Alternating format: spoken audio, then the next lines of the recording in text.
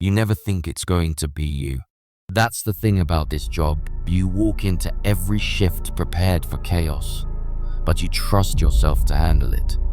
You tell yourself you're competent, that the years of training, the endless checklists, the protocols, they'll protect you. But all it takes is one moment, one mistake, and everything changes.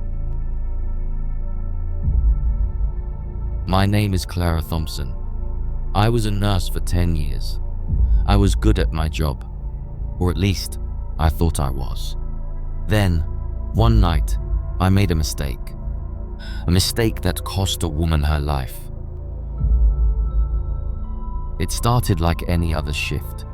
The hospital was busy and chaotic, really. We were short-staffed, and I was covering 3 patients at once. Eleanor Briggs was one of them. She was admitted for a mild heart arrhythmia, nothing serious. She was cheerful, even chatty.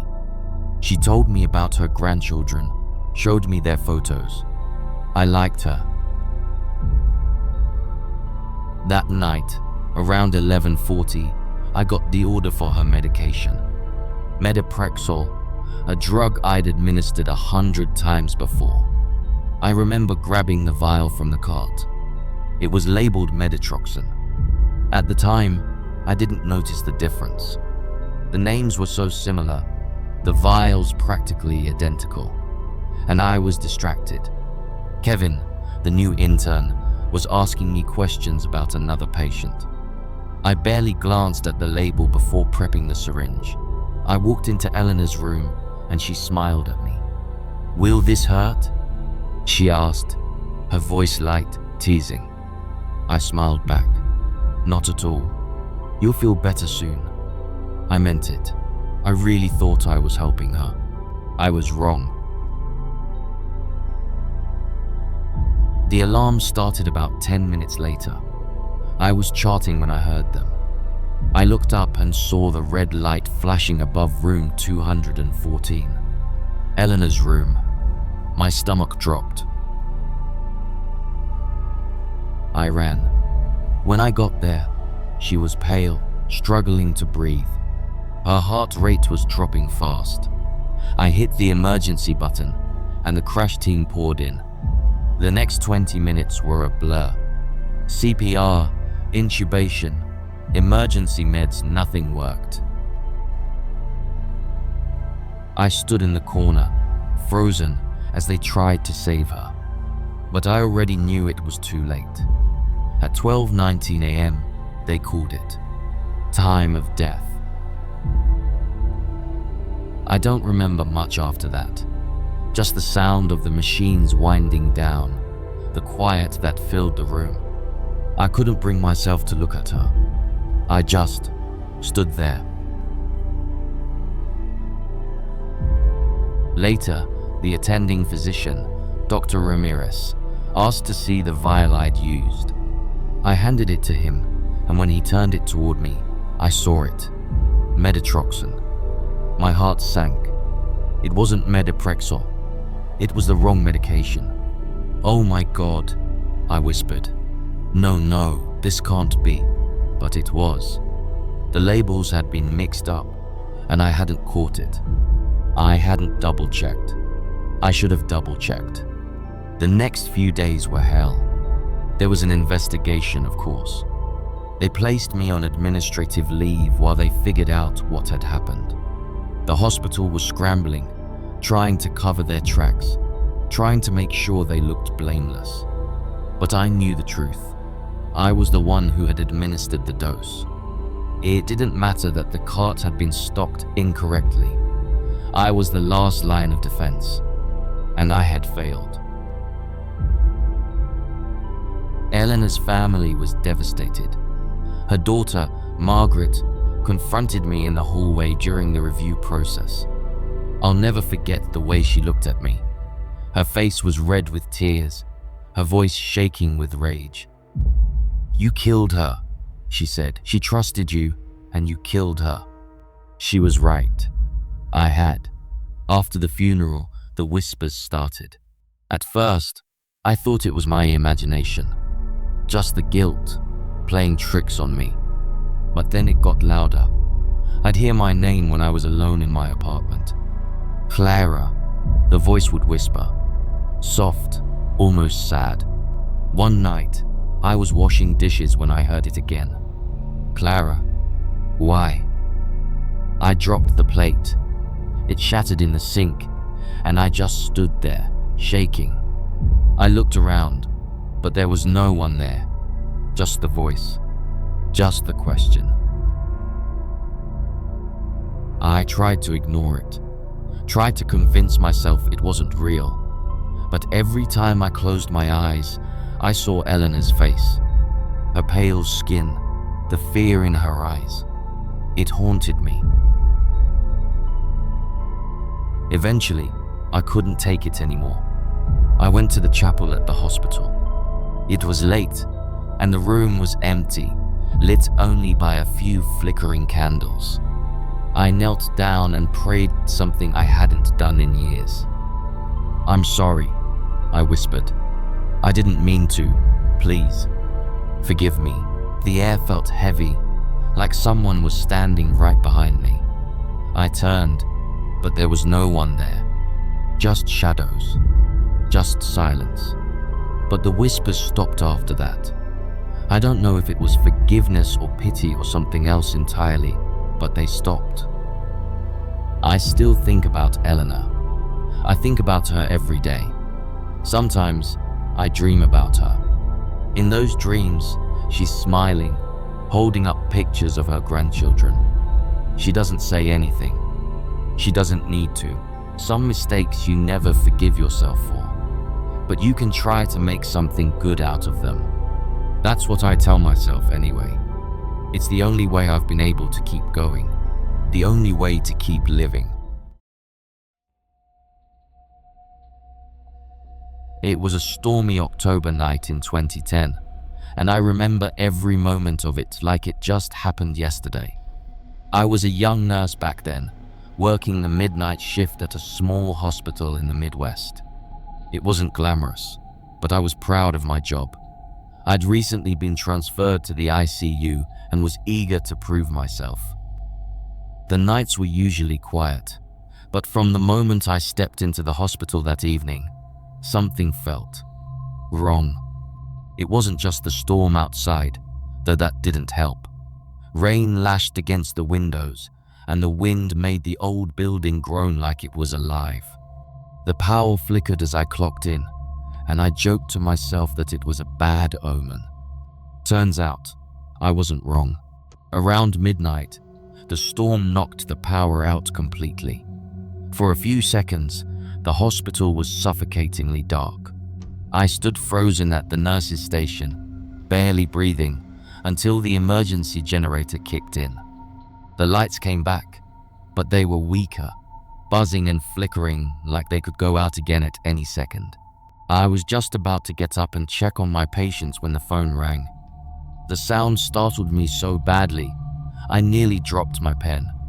I picked up the receiver and pressed it to my ear. "ICU, this is Susan." The receptionist's voice came through, calm and matter of fact. "Susan, we've got a patient coming in for the ICU room 307.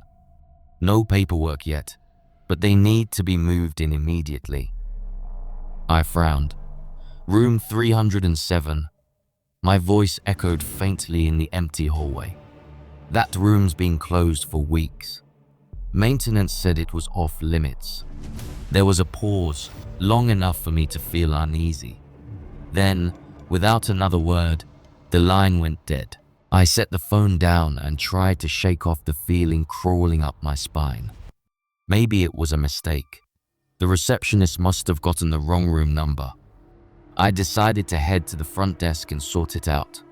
But when I got there, the desk was empty. No receptionist. No sign of anyone. Just the steady hum of the generator and the faint sound of rain. I called out, but no one answered. My heart was beating faster now, though I couldn't say why. I turned to head back to the ICU, and that's when I saw it. The light in room 307 was on. The door was open just a crack, enough for the fluorescent glow to spill into the hallway. I stopped dead in my tracks. That door was supposed to be locked. Maintenance had boarded up the room months ago after something, a flood, I think, had made it unusable. I tried to convince myself that someone had gone in there by mistake, but the knot in my stomach told me otherwise. My feet carried me forward, even though every part of me wanted to turn around. The hallway felt longer than it should have, the shadows on the walls stretching and shifting with each step.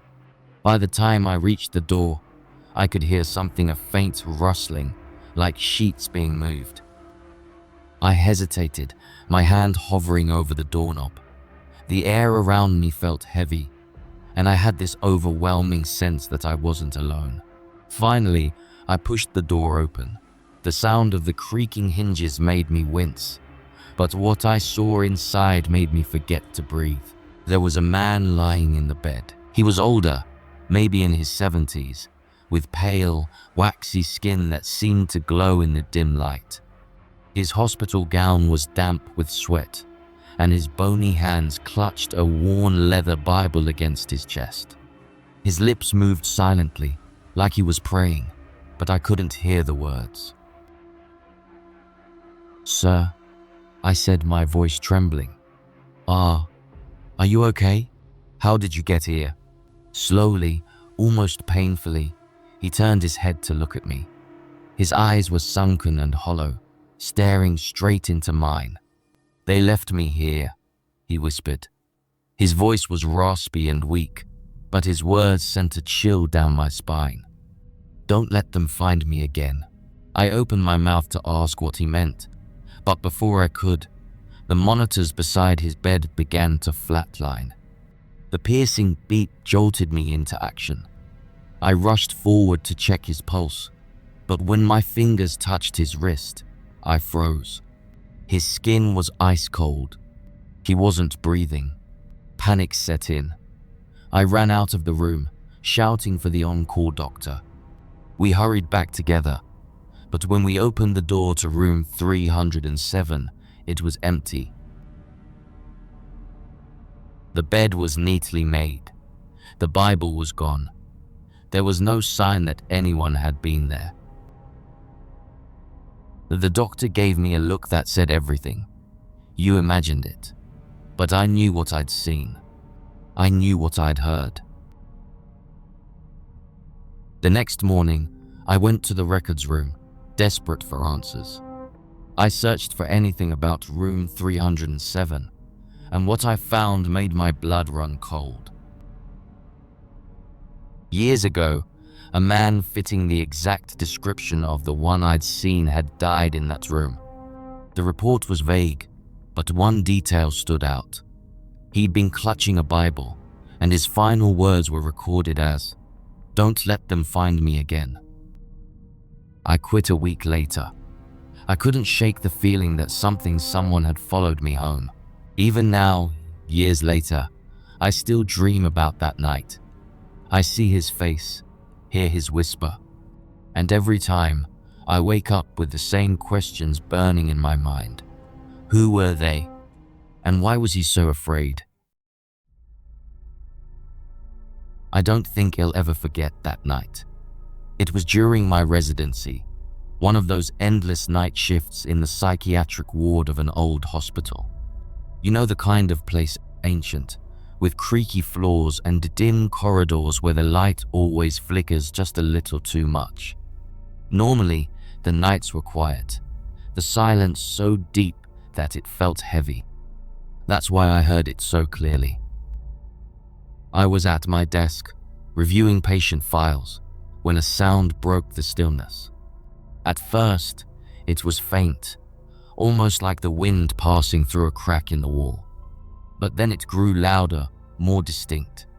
It was unmistakable, the cry of a baby. My first instinct was to dismiss it. This was the psychiatric ward, not the maternity unit, and there were definitely no infants in the building. But the crying didn't stop. It seemed to echo down the hall, persistent and unsettling. It had this strange quality to it, like it wasn't entirely real. I tried to focus on my work, telling myself it was just the stress of the shift playing tricks on me. But I couldn't shake the feeling that I needed to check it out. Grabbing my flashlight, I stepped into the hallway. The sound seemed to move ahead of me, pulling me further into the ward. The air felt different, colder, heavier with every step I took. The lights flickered as I walked, casting long shadows on the walls that seemed to shift when I wasn't looking directly at them. My heart was racing, but I couldn't stop. The crying led me to the far end of the hall, to a door I had walked past countless times, the storage room.